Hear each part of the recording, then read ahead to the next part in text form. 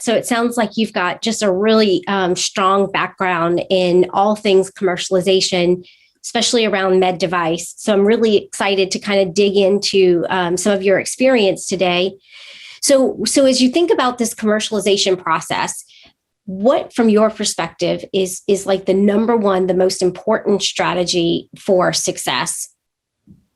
So when you think about what it takes to do great in this marketplace, there's three characteristics you have to really have, and it's drive, grit, and belief. And when I talk about these things to people, it's really key that these are your innate characteristics that nobody can really train you on. You're born with these. And when I talk about drive, it's, do you get out of bed in the morning and are you inspired to get up and go to work and be excited about what you're doing? If you have that drive every day where you can't fall asleep or you can't wait to get to sleep so you can get to tomorrow, that's a real key thing to have, right? And then you've got to have this grit where, let's just face it, things are not getting any easier in the medical device world for anybody to have success in. It's getting harder.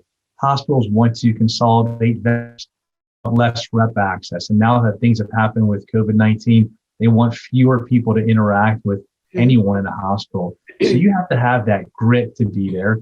And with vendor consolidation, there's a lot of large companies out there who have good relationships and good market position. You have to fight them. It takes a lot of grit to do that.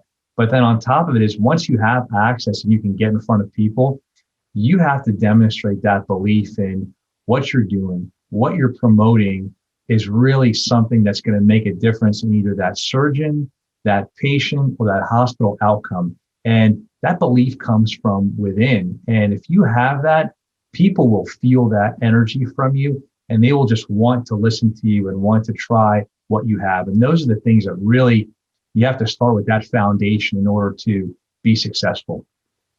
You know, it's so true. I mean, those three traits are, I think, fundamental no matter what you're trying to commercialize or sell. I mean, really, ultimately, no matter what you're trying to do in your career, but even more so in healthcare, that it requires a sense of resilience that we might not have to have in other industries if you plan to survive. Yeah, it's so true. And it's even harder when you're younger in your career and you're trying to get acclimated to this, right? Because things are starting off a lot harder now, where there's people who are more veteran in these roles where they have the established relationships, they have the contacts, they understand what it takes to work in these environments. So it's a lot easier for them to navigate the change, where someone who's brand new, they're starting with a really large disadvantage compared to some of their peers that have been doing this for quite some time. So there's a lot that goes into it. Yeah, starting off in the COVID world is a whole different dynamic.